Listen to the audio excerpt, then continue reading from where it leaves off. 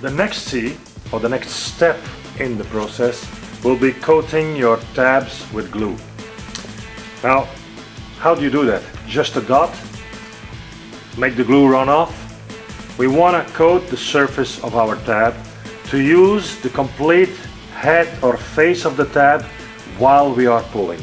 So, we have our green glue ready to go. We want to see how and where to place it on the panel. Be ready. So it shows everything. We're going to coat our tab.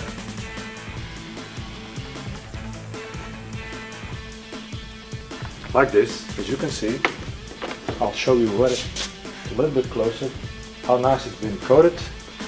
Make sure you use the light and pick the right spot to put your tab. As you see, I'm holding the tab and I'm not pushing it to squeeze away all the glue, because it takes no rocket science to realize if you put the glue there and you squeeze everything out, that there'll be less force of the glue.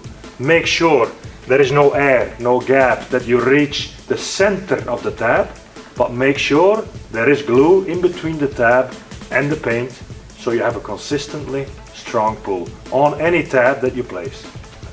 When do I start pulling the tab? In between 15 seconds and 2 minutes.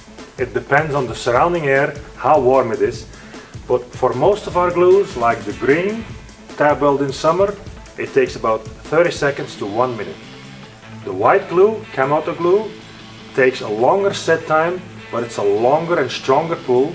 But both those glues, like the green and the Kamado, allow you to slap next to it, giving you a strong pull with a lot of adhesion.